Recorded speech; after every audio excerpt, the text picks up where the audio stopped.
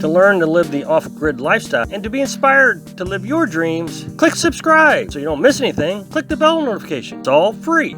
So I think it's about 90, I don't know, 2 or 3 degrees. It's supposed to get much hotter here pretty soon. I guess tomorrow. It's supposed to get up in the hundreds real soon. So I got to be cautious with the chickens. I've said this before with the meat birds. They just don't tolerate the temperatures very well, hot or cold. They have such huge breasts that it just keeps all the heat in their body. But in the winter, they don't have any feathers. They don't have anything to keep them warm. So I got to make sure that they stay cool. And there's 2 ways to do that. One, you just got to make sure they got plenty of water. Everything you read says that meat birds have to have water, constant supply. And the thing is, you get into the Facebook groups and you'll see people saying, oh, I lost a bunch of birds. It's heat related, heat related. The thing is I can almost bet you that they were out of water. I watched a YouTuber one time feed his chickens water and they all herded to it.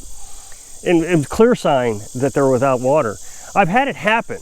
I've ran out of water twice now with these chickens. And as soon as you give them water, I mean, they just rush in to get more water.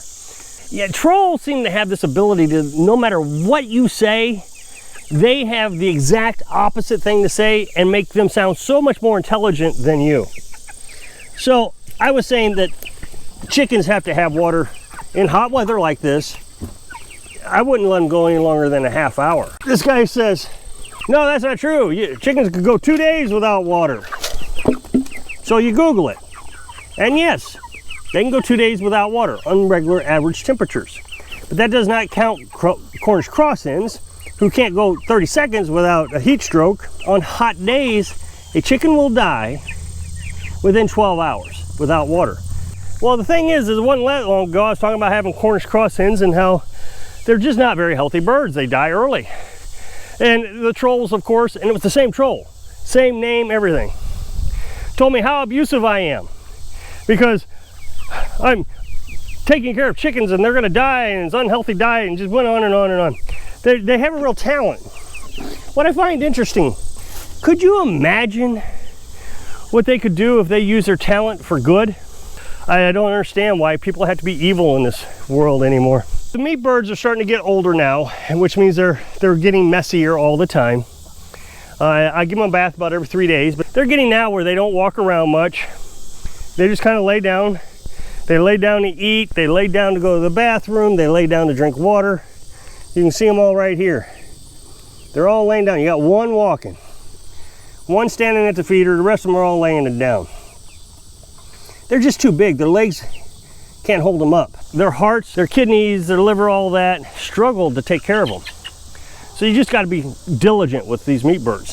I don't want to make them uncomfortable. So when they're panting, I try to do something to take care of them. As they get older and they're moving around less and less, they sit where they go to the bathroom.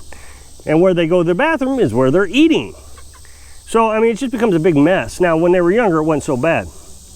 So what Carolyn has been doing is, and we might be able to see it down here, she's using wood chips and leaves.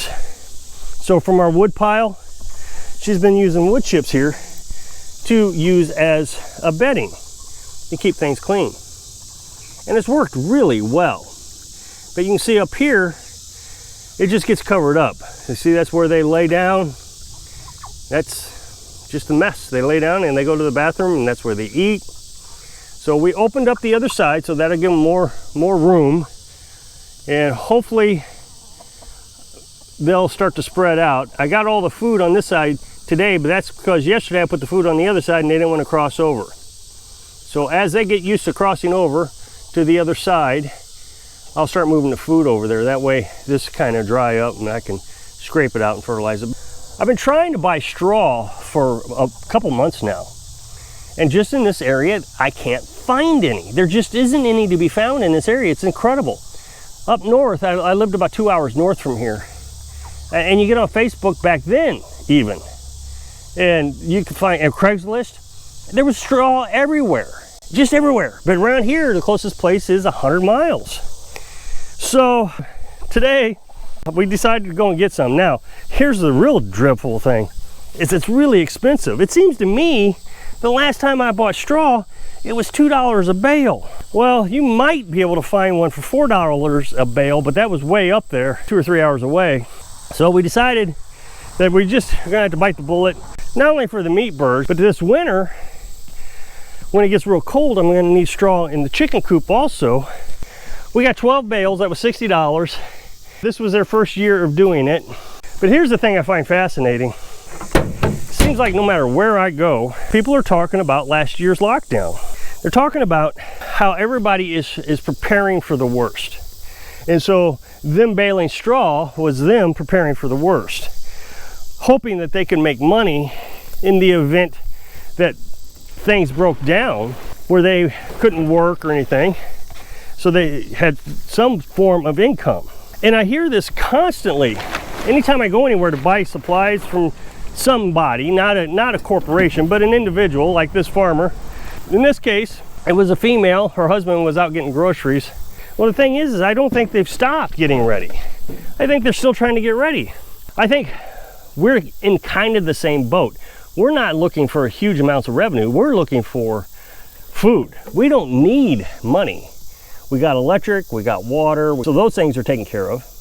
Even with the insurance to the truck, I bet we don't have $500 in bills. We got the 2 phones, we got the truck insurance. I figured it up. I think we can live 10 years if we just had to pay the bills, if it wasn't for food. Now, with food, we only spend about $200 a month as it is. So it's not like it's a huge bill. We could still make it pretty good even if we had to go shopping. But as food prices are going up, that's becoming more difficult all the time. So we're worried about our chickens and trying to feed them at an inexpensive cost. So if we can keep the prices down below grocery store costs, then we're in good shape.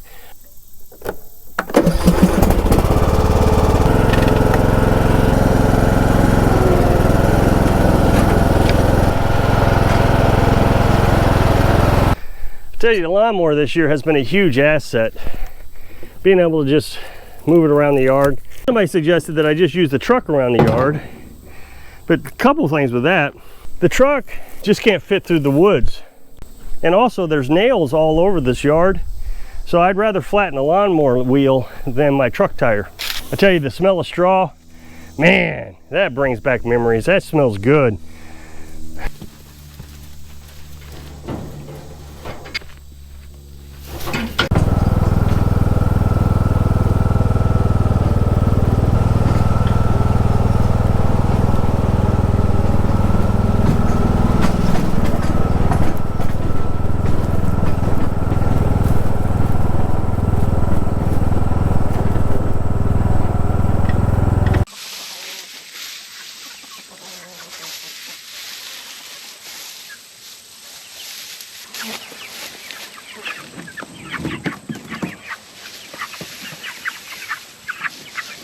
We got the straw into the chicken run that it was the most messed up. We figured we wouldn't put straw down here because this one's not messed up as bad as that one. That way, if they get too hot, they have the option to come up here out of the straw in case the straw somehow insulates them and makes them hotter. That gives them an option. Getting back to the conversation I was talking about earlier with everybody kind of preparing in their own way, that's the wrong word. I don't want to say preparing, but accepting the situation that we're in. The folks that had the straw, I mean, that was almost one of the first things she said was that's what they were preparing to do with this lockdown. I was trying to have something available they can make money. Now, the question is do people barter? Would they take eggs for straw? And that's something that we're all going to have to consider if this thing gets worse in the future, is what's the bartering system? The problem is we're so far apart. I can't get straw anywhere around here. And the folks in this area, I don't think are, in this particular area, in my community, are in any type of position that they would care. That's just not the mentality I get around here. So I'm pretty much independent on my own, and I'm fine with that.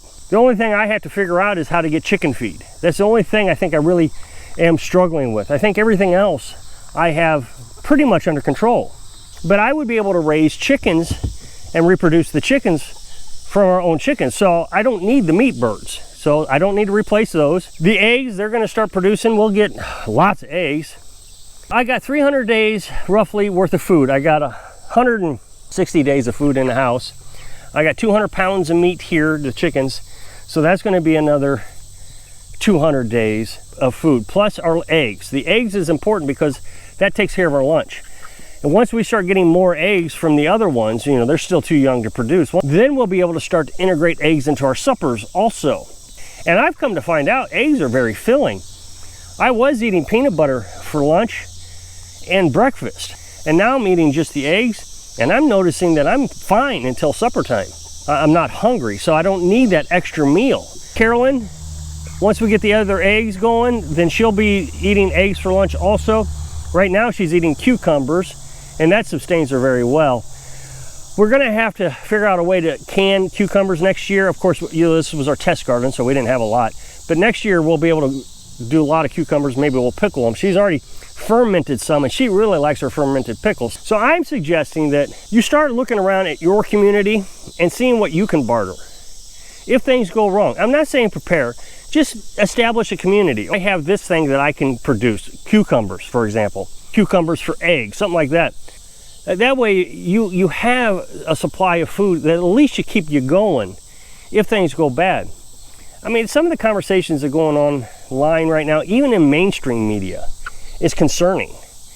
So maybe we should start thinking about, since we've already been through one and they're talking about doing another one, maybe we should prepare for it a little bit or get ready to barter. I hope I can inspire you to be prepared when you're living your dream. Thanks for watching.